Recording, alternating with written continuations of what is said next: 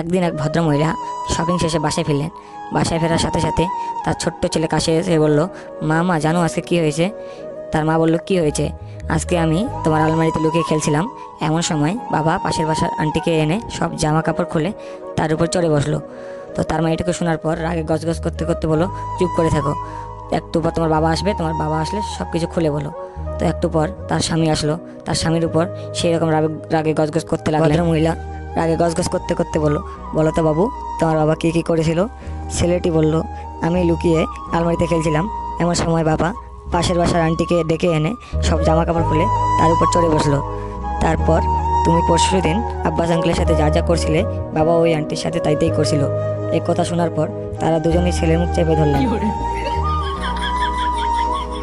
আর বন্ধুরা, এটা আমাদের নতুন ইউটিউব চ্যানেল, তো সবাই চ্যানেলটিকে সাবস্ক্রাইব করে ভিডিওতে লাইক দিয়ে পাশে থাকবেন।